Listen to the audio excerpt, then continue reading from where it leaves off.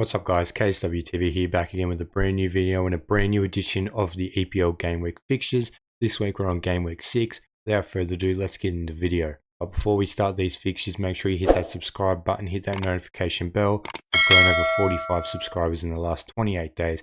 I'd like to thank all the brand new subscribers for joining our channel. We're just going to be doing Man City content, EPL content, and just good football related content in general.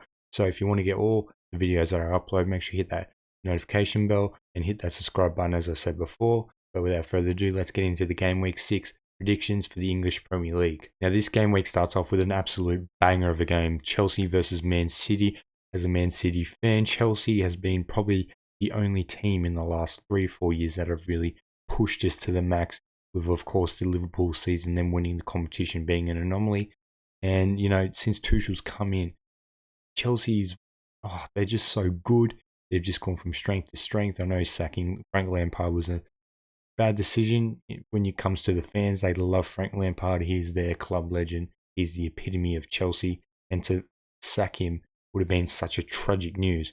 But if they knew that they were going to win in a Champions League, not the EPL, and finish in the top 4 from being 8th when he got sacked, I'm sure they would have got rid of him in a heartbeat. And he could come back in the next 5+ years. You know, I don't know how long Tuchel's going to play. Chelsea are renowned for having managers sacked or moving on within 2-3 years. But since Tuchel's come in, as I said before, strength to strength, they've gone long streaks. They've brought in Romelu Lukaku, the missing piece to their sort of puzzle that they've got. He looks so good from the games he's played. I think he's got 4 goals in 4 games or something like that, 3 goals in 4 games. He's looking so good, and Chelsea's going to have him for his peak years. So he's dangerous. He's going to be scoring hundreds of goals for Chelsea. How long he spends, I don't know, but he's going to hit that 100-goal mark at club level with Chelsea, and he can take him on to win trophies, you know, consistently as they've been doing in the last decade.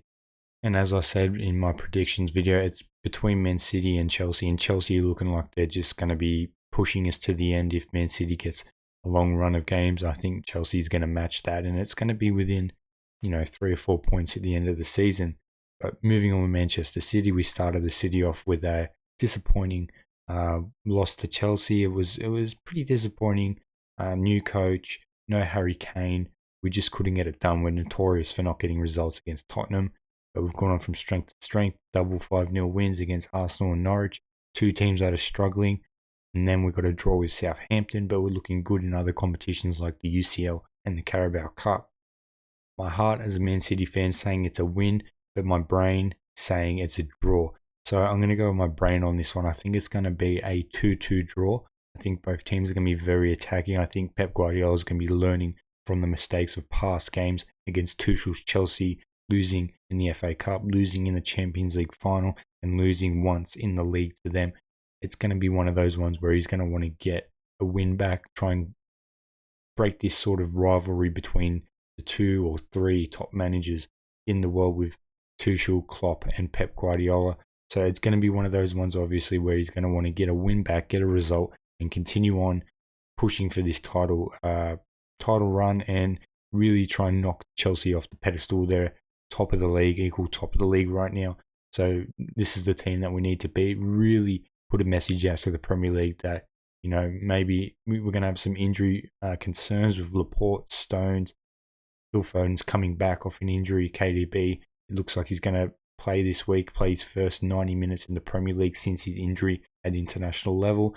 And I think that we can get a result here, but I feel like Chelsea's going to be really, really hungry to get this win over Manchester City. Every team wants to beat Manchester City. They are the pecking level in this competition.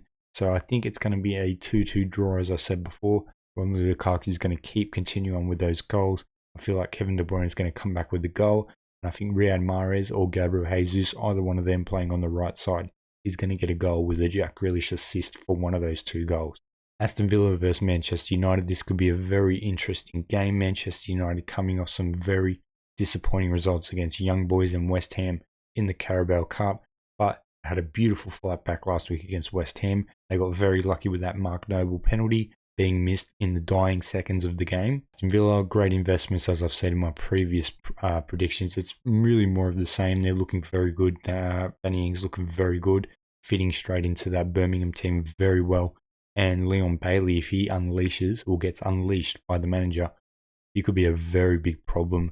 The team's fighting for around that top 6, top 8 mark. He's going to keep banging in goals for them, keep that European football dream alive.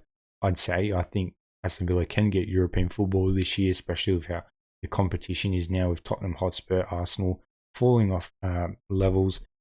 And I feel like Everton has fallen off too, even though they've got a brilliant manager and they're pulling a couple good results this year. But I feel like this one could be a Manchester United thrashing, regardless of what I've said about Aston Villa. They should smash them regardless of what I said. Manchester United's team is unbelievable. The best team I've seen in the last decade.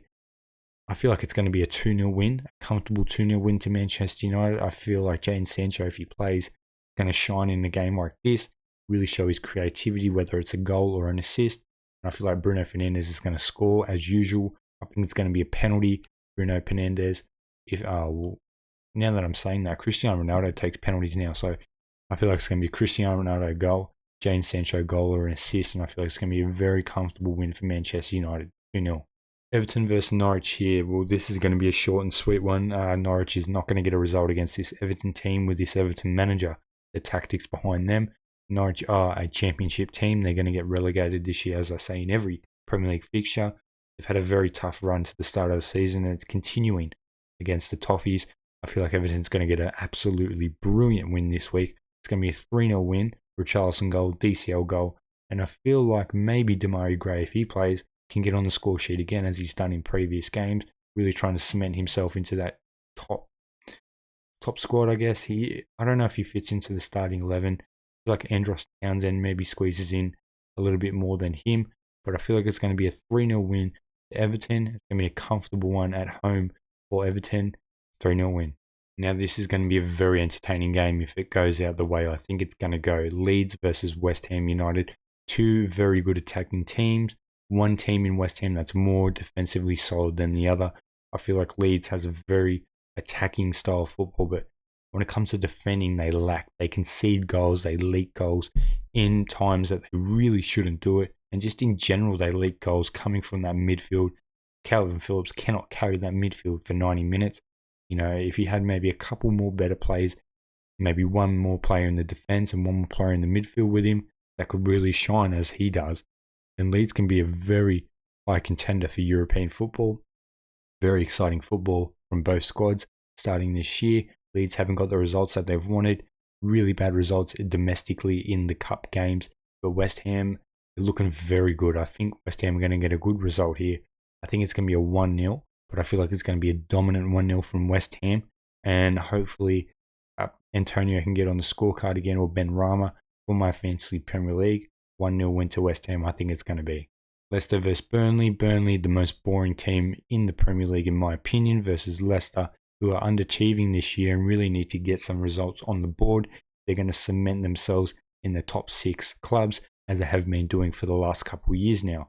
As I said, poor start to the season for Leicester, and they're due for a big one this week. I think Jamie Vardy is going to get on the scoreboard this game, and I feel like Harvey Barnes, is that his name? I think it's Harvey Barnes on the wing there. He's a brilliant young prospect in my opinion, one of the best in the Premier League, and I feel like they're going to play very good up front against a Burnley team who lacks in all positions due to the lack of investment from the owners and lack of trust, I guess, in Sean Dyche, which I think is absolutely bullshit. And I think it's going to be a 2-0 win to Leicester. I think Jamie Vardy penalty or a breakthrough behind the back of the defence goal, and Harvey Barnes brilliant solo effort goal. 2-0 to Leicester. Newcastle versus Watford, two teams that are desperate for a win. Steve Bruce not looking too good when it comes to going out throughout the season coaching this team. His tactics, he does this every season at the start of the season. He's not getting results. His tactics look awful. The football that Newcastle play from what they should be really expecting is not up there. It's subpar. Watford, coming up from the Championship, they've done decent. They've probably got a result that I thought they shouldn't have got with Aston Villa, but since then, they're not looking too good. I feel like Newcastle's going to get a win here. I think it's going to be a 2-1 win to Newcastle. It's going to be Alan St. Maximin just having an absolute field day against this Watford defence and midfield. He's just going to dribble through them so well. He's going to get a double, in my opinion. He's going to work well with Callum Wilson up front. They're the only two teams really carrying this Newcastle team with the players that are in the squad. So I think it's going to be a 2-1 win to Newcastle. Ismaila Sarr goal for Watford. I think they're going to go down 2-0 and then get one in the end. But it's going to be too late. 2-1 win to Newcastle. Now this could be an interesting game here. Brentford versus Liverpool. I feel like Liverpool are just... They're kind of proving me wrong. I thought they would finish 4th behind Manchester United. But the way that they play, it just reminds you that this is Liverpool. They're not the second most successful team in England for a reason. And I feel like this is going to be an absolute field day for Liverpool. But I want to see something from Brentford this game. Coming up from the Championship, they're the exciting team out of the 3 that have come up. And Ivan Toney's looked very world class in the past 5 game weeks. His hold-up play is brilliant. His way of getting into goal-scoring positions is awesome. But the player that he's next to, Brian Mbeumo, just doesn't take chances. He puts so many good chances for himself, cutting in and being able to finesse it into the bottom or top corner or getting it on target, and he always gets it wide, and it's costing them. They need to put goals away, especially against a team like Liverpool who have Van Dijk and Gomez in the back, or Van Dijk, Matip or Konate. Very good defenders. They're not going to be able to let them slip away. So I feel like it's going to be a 3-0 win to Liverpool. Mo Salah, I hope you get some goals in my FPL. I feel it's going to be a double for him. I feel like one of the midfielders is going to get on the scorecard, whether it's Jordan Henderson or Thiago if he plays. So I think it's going to be a 3-0 win to Liverpool, a comfortable win for them away from home. And they're just going to continue on this run of form and build a title challenge as they always do every single year. 3-0 to Liverpool.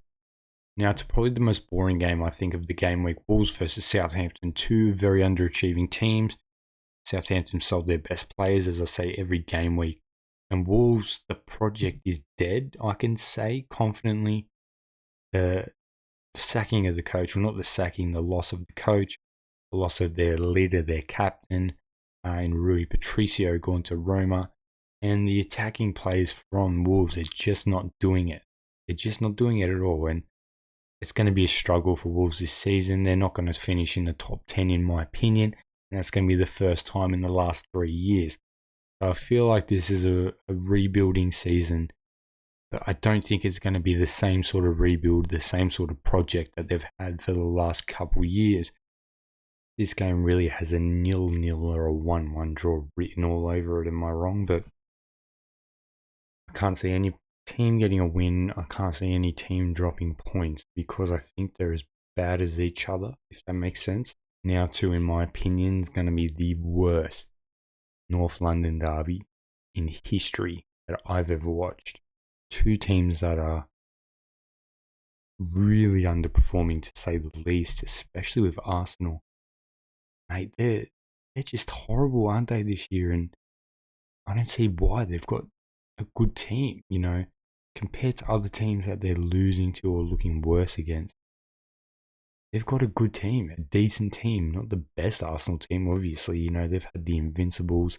They've had multiple Champions League pushing teams. And as long as they have Arteta, they're not going to be successful. Harry Kane doesn't really look himself, does he? Daniel Levy played it well. He didn't want to let him go for less than 170, 160 million. And the money that could have been used from that transfer could have transformed this Tottenham team. And they've made a good investment in Romero from Atlanta, and he will come good. I'm sure he will, but it's going to be one of those ones where he's just not going to be the same Harry Kane as we all know. He's not happy. He hates the team around him.